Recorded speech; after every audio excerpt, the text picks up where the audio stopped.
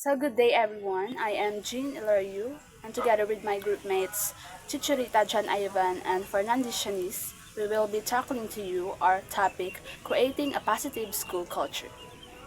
So the learning objectives of our topic is to explain the meaning of school culture, discuss how school culture affects learning, and cite ways by which you can contribute to the building of positive culture. The introduction. School culture matters. School culture is a creation of all people in the school and in the community, especially that of the school heads. So it can be positive or negative. So the school culture it could be positive or negative depending sa mga traditions and sa beliefs and sa practices even on the perceptions of everyone sa school. Since the school culture could be positive or negative, it could either facilitate learning or negatively adversely affect learning. So, a school community must therefore strive to create a positive culture. So, because it affects um, positively or negatively the learning process, that's why everyone in the school community must strive that the school culture that we have in our school is positive and is positively affecting everyone who are in it. So according to Chain 1985, school culture is one of the most complex and important concepts in education. So it refers to the beliefs, perceptions, relationships, attitudes, written and unwritten rules that shape and influence every aspect of how a school functions. So ang school culture can refers sa mga beliefs ng employees sa school, mga students, teachers, staffs, and ang ilang mga attitudes, ang ilang perceptions, ang mga rules, written man or unwritten, mga ga-shape, kaga-influence kung paano mag-function ng isa ka school, amo na siya ang yatawag nga school culture. So, however, the term also encompasses more concrete issues such as physical and emotional safety of students, the orderliness of the classroom and public spaces, or degree on which a school embraces racial, ethnic, linguistic, and cultural diversity. So, according to Spacey, school culture consists of the norms, shared experiences that evolve over school's history.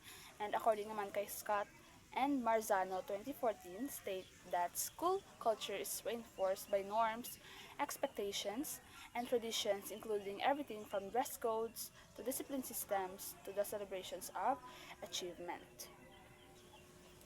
So, everything that happens or everything nga kakatabo sa school, it is all school culture. So, hambal to kali nga from sa traditions up to sa dress code, sa discipline systems ng school, and sa mga relationships ng everyone, which is parts ng school community, to the celebrations of their achievements, and even ang ilang mga failures, they are all part of the school culture.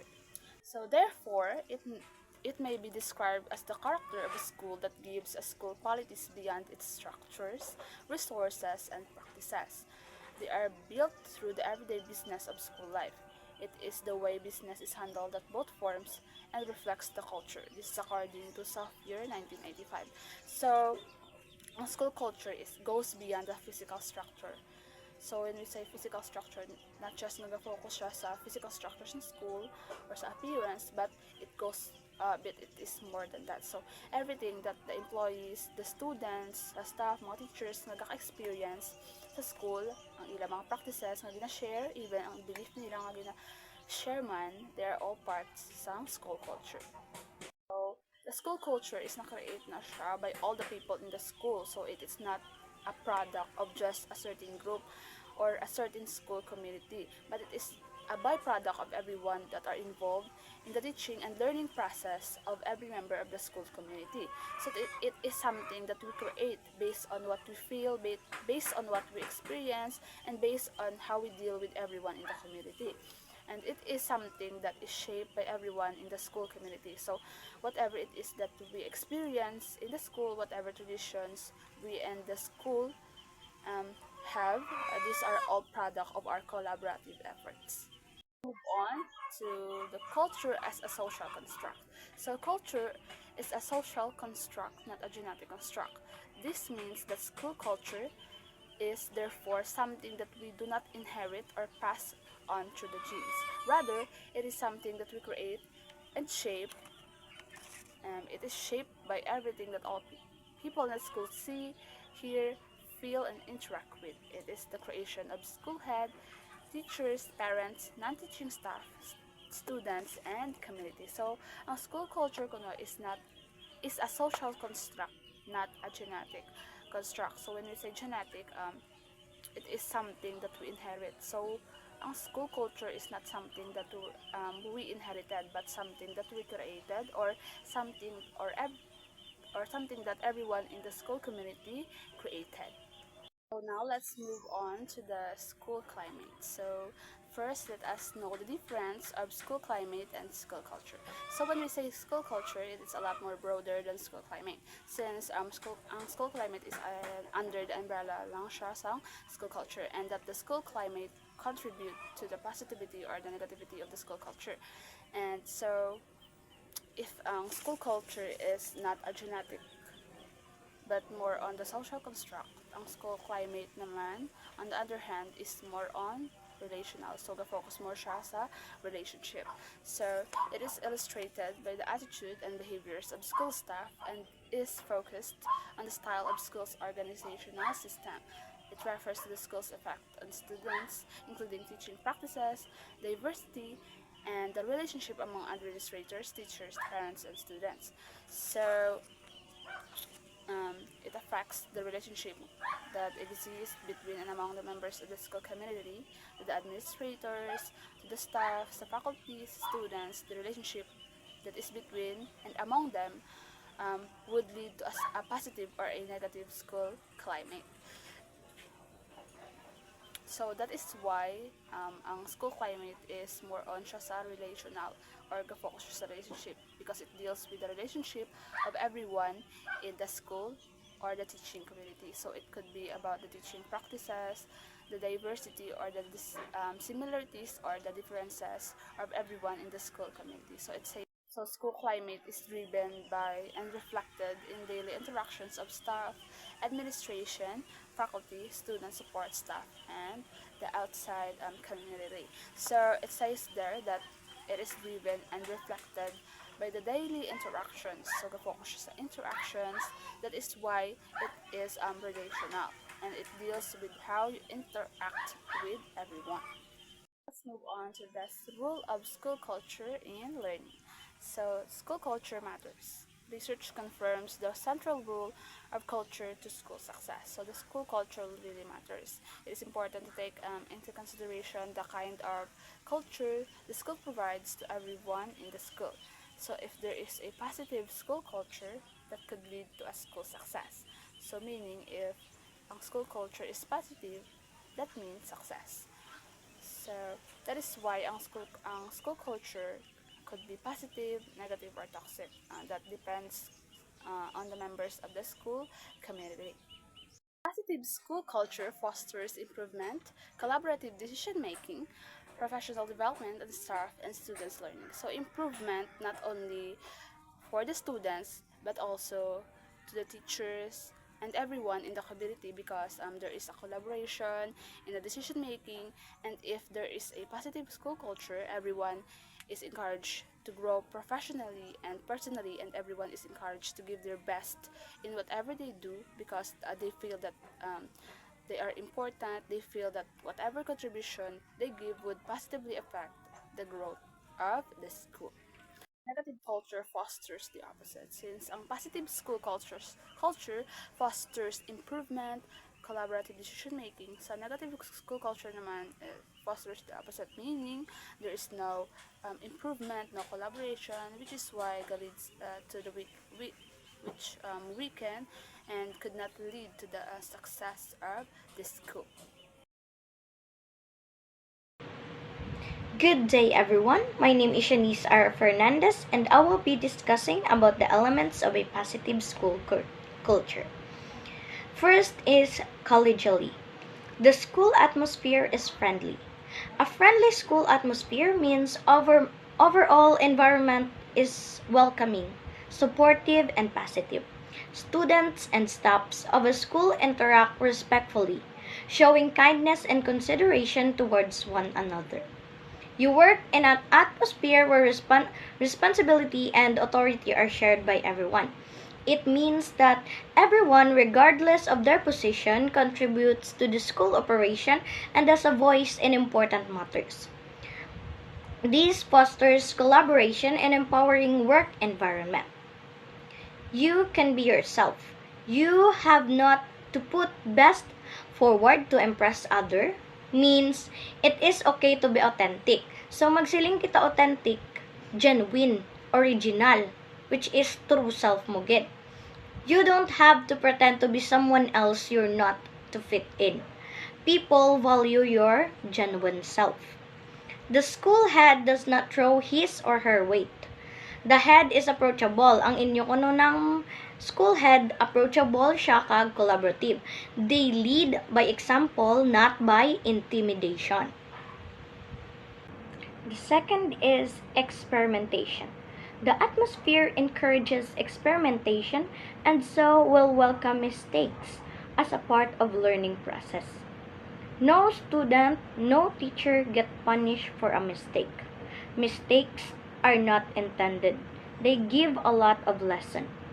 Referring to his 10,000 failed attempts, then he was experimenting in the lightning bulb. Edison said, "I have not failed. I've just found 10,000 ways that won't work." So, i-summarize ko na lang ni siya. So, in humble diri is, the school accepts mistakes as a learning opportunities. No one is punished for errors. Mistakes are valuable learning experiences. So, ang aton nga mistakes, valuable learning experiences na para sa aton. Kag, as what Edison said, nga ang iyang lightning bulb experiences, so, ang balya din nga, "I have not failed. I've just found 10,000 ways that won't work." So, wala siya gapati nga nag-failed siya. Gapati siya nga nakakita lang siya sang 10,000 ka mga paamaagi nga wala nag-work. So, the third is high expectation. It has been said that one's level of achievement is always lower than one's level of aspiration.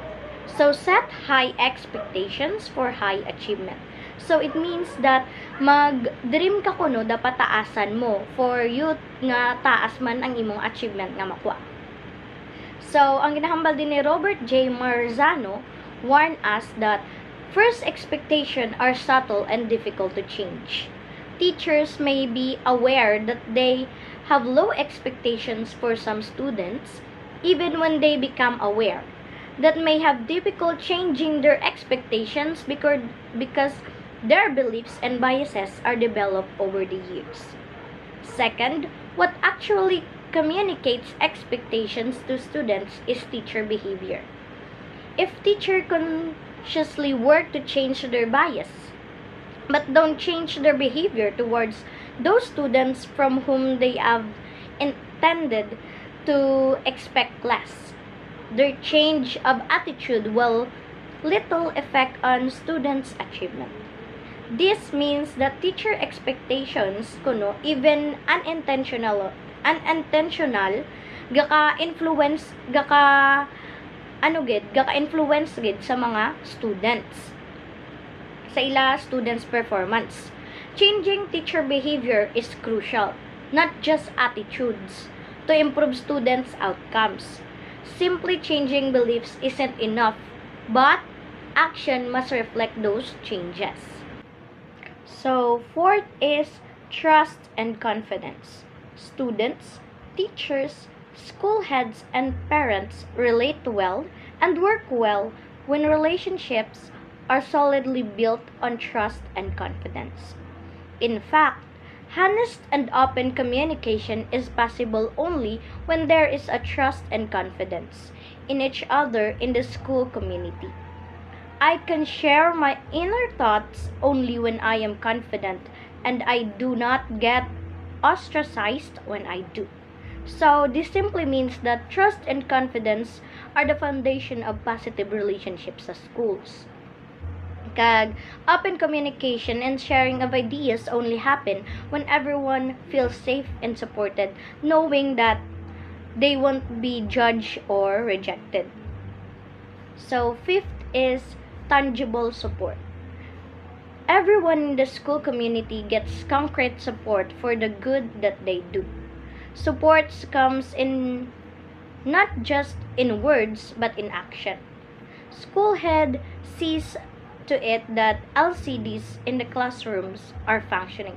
So it means that the school provides real, practical supports to everyone. This isn't just empty praise, but it's tangible help. Like ensuring classrooms have working equipment. Example sa mga classrooms gina-assure gid sa mga school heads nga may mga TV ay para may dara ma-present sa mga lecture ang mga teachers kag may mga electric fan nga para hindi man maginutan ang mga students. So, sixth is reaching out to the knowledge base. Teachers care to grow professionally to update themselves on content, knowledge, and pedagogy. The first domain in the Philippine Professional Standards for Teachers. This means that Philippine teachers prioritize professional growth, focusing on content knowledge and teaching methods as outlined in the PPST. This commitment to ongoing learning ensures that they remain current in their fields and provide high-quality instructions. Ultimately, this benefits students by ensuring access to effective teachings. So, number 7 is appreciation and recognition. Certainly, words of appreciation and recognition makes classroom climate highly favorable. A reminder to teachers, you are not made less when you praise others. Instead, you become magnanimous. So don't be stingy with your sincere praise. The problem sometimes is in your eyes, so quick to see the negative. And so we, despite them, immediately, but our eyes are blinded to the good, and we overlook them and fail to appreciate. This means that showing appreciation and recognizing others, creates a positive classroom atmosphere. Giving sincere praise makes you a better person, not lesser, so don't hesitate to offer it. We often focus on the negative and overlook the good things, which is something we should actively change. So, number 8 is caring, celebration, and humor. Kids don't care what you know until they know what you care. They don't listen to teacher when teacher doesn't care. Kids are taught with proactive, praise-heavy approach.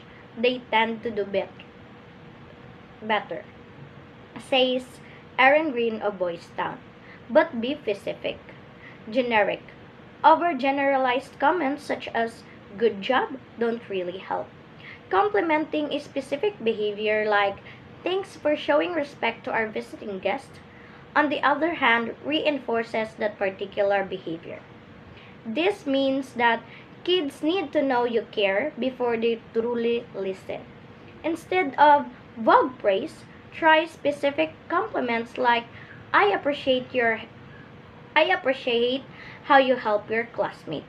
Showing genuine care and giving specific positive feedback makes a huge difference in how students learn and grow. Good day everyone, I am John Ivan M. Chichirita. Today, I will continue the report of Miss Fernandez about elements of a positive school culture. So, number 9, involvement in decision making. Involving others who are concerned with decisions to be made enhances sense of ownership. They also feel important. So, example, ako as a leader sa sinang organization. Ako nga as a leader, need ko gid pamatian ang insights sang akon nga members about sa decisions nga ginhimo ko as a leader. So amo na ma-feel nila nga ilang insights nga kag decisions or opinions mapamatian ko man kag ma-feel nila nga importante ilang insights kag opinion para sa amon nga hilimuon or sa amon nga organization. So amo na nga mas mayo nga mamati kita sa aton nga mga members kay para maka-decide kita sang mayo kag sang mas nami nga hilimuon para sa aton nga organization. 10. Protection of what is important. What school consider important must form part of their tradition and so must be protected by all means. Example sang rule of regulation sa aton nga schools is the no soft drinks, no chocolates, and Claygo. Ang Claygo, makita tani siya sa aton nga canteen or restaurants outside the school. Claygo means clean before you go. And these rules might be in place for reasons related to health or disciplines or simple rules nga maka-maintain sang cleanliness sang aton nga school. 11. Traditions. A school must have an intentional, culture-based program on shared values, beliefs, and behaviors. So, ang school culture ko no dapat may intentional based nga culture like ang school and staff, various values, beliefs, and goals, also behaviors para mangin positive ang community within sa school. So, this strengthens a sense of community. A truly positive school culture is not characterized simply by the absence of gangs, violence, or disciplines problems, but also the presence of a set of norms and values that focus school communities' attention on what most important and motivate them to work hard toward a common purpose. So, ang positive school culture kuno is something cannot be described sa presence or sa mga presence of gangs within sa school or violence nga gakatabo if may away-away sa school. So, the last topic of the elements of positive school culture is number 12, honest and open communication. No one gets ostracized for speaking up his minds. Ang ostracize means exclude. So, the atmosphere is such as that everyone is encouraged to speak his minds without fear of being ostracized or gina-exclude. The agreement at every discussion is agree to disagree. So, ang example ko ako as a teacher, may question ko about sa akong nga topic. Tapos, may isa ka student ka nag-hands up nga lain niya insight about sa iban. Tapos, nahadlok siya maghatag sang iyang insights about sa topic kay basi kadlawan siya kag basi ma-exclude iyang opinion. So pero may mga students nga naga-agree sang iyang opinion kag may mga students man nga disagree about sa iyang opinion. So amo na nga may mga gakatabo sa klase if magsabtanay may mga debate makag may mga hambal nga intsakto ilang side may man gahambal nga sala ilang side. So amo na nga the agreement at every discussion is agree to disagree. Pero at last ara man japon sa teacher if ano ang tsakto sa answer kag ano man ang sala sa answer. Pero as a teacher hindi mo magid masiling nga if ang tanan nga hambal sang sa estudyante sala. So dapat pamatian nyo gid ang question sa isa ka estudyante. Our next topic is all about shared norms of teacher norms and student norms. Contribute to a positive school culture. Contribute to a fair and an engaging learning environment. A characteristic of a positive school culture, they check on the following norms each week. So, dili tambalaan kung ano ang mga contributions sa mga teacher and student norms sa aton nga positive school culture. For teacher norms.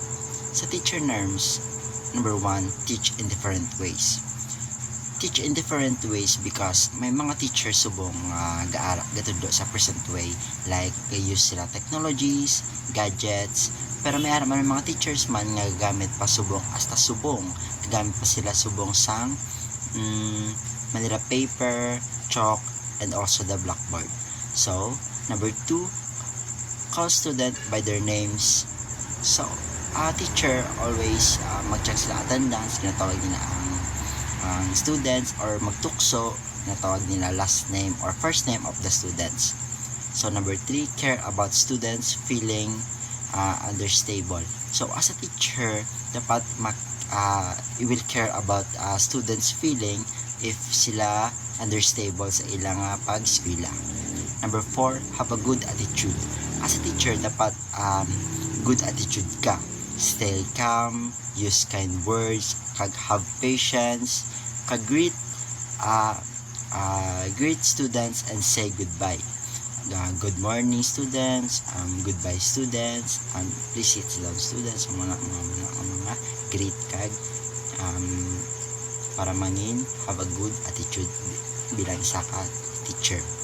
So next, as a student terms. Number 1, have growth mindset. Have growth mindset, dapat ga-believe ka nga gaka-improve ka everyday. Tapos as a student, gaka-batyaga nung man nga fail forward. Kag as a student, gaka-feel mo nga pilit mo pero nga mag-keep trying everyday. Kag mag-speak positively about your abilities to learn. So number 2, call a classmate by their names. Call classmates like sa mga barkada, sa mga ibang nga students, ibang nga mga campuses, mga gataw-ganay by their names.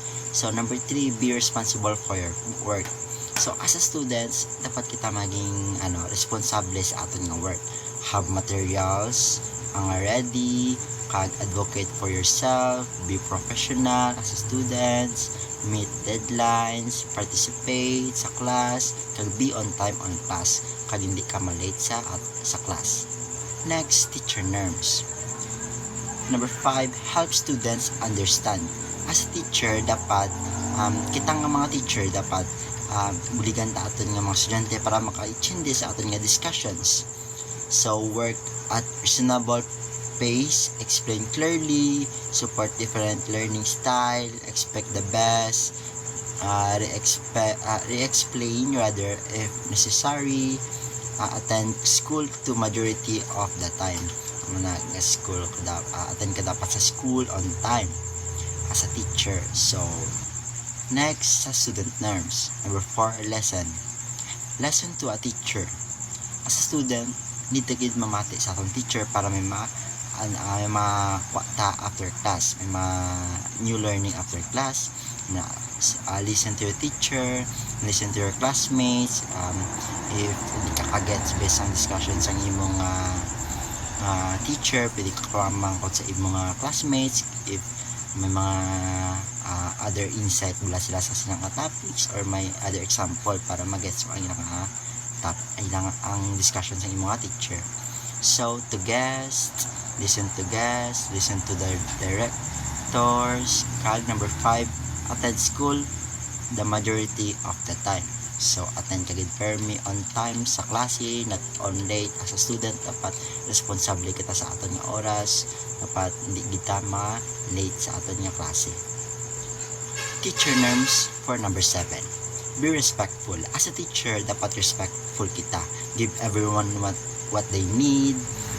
Use proper language. Allow space if needed. Use supportive words when explaining. Call by your name. Number 8, have a growth mindset. As a teacher, dapat may mindset kita pero may always kita positive mind sa aton nga paminsaran para sa school.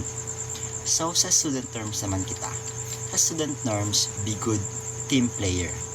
Provide good helpful feedback. Stay calm.